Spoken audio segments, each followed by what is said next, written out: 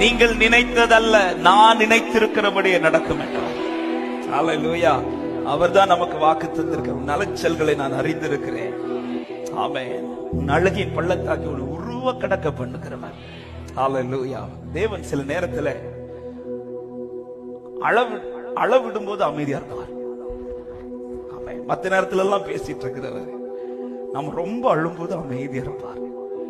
ஆமென். வேதத்துல ரொம்ப அழுதவங்க எல்லாம் பாத்தீங்கன்னா அவங்க அழும்போது எதுவுமே பேச மாட்டார்.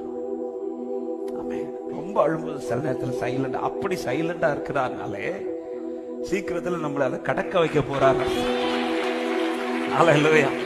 இல்ல இன்னும் கொஞ்ச நாள் நீ அழணும்னா உடனே பேசுவார், உடனே பேசுவார். ஆமென். அவரின் அலைச்சல்களை அறிந்திருக்கிறவர். எத்தனை பேர் நம்புறீங்க? என் அழுகையை பார்த்து ரசிக்கிற தேவன் அல்ல, என் அழுகையை துருத்தியில் எடுத்து வைத்து பலன் தருகிற தேவன் என்று சொல்லுகிறவர். என் அலைச்சல்களை அறிந்தவரே, என் கண்ணீரையும் காண்பவரே, என் அலைச்சல்களை, ஆமென், என் கண்ணீரையும்,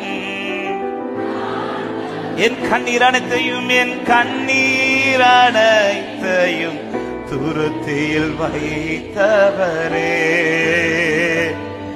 என் கண்ணீரை எல்லாம் கணக்கில், என் கண்ணீர் அனைத்தையும், என் கண்ணீர் அனைத்தையும் துருத்தியில், என் கண்ணீரை, என் கண்ணீரை எல்லாம் கணக்கில். நம்பிக்கையோடு நான் பயப்படும் நாட்களில், நான் பயப்படும் நாட்களில் உம்மை நம்பிடுவே, என் அச்சத்தின் நேரத்தில் உம்மை. நம்பிக்கையோடு நான் பயப்படும் நாட்களில் உம்மை, என் அச்சத்தின் நேரத்தில் உம்மை. நேற்றைக்கு சொன்னது மாதிரி ஒரு பயம் வருதுனால ஒரு தேவ பிள்ளை சார்ந்து கொள்ள வேண்டிய ஒரே இடம் தேவ சமூகத்துல மட்டும்தான்.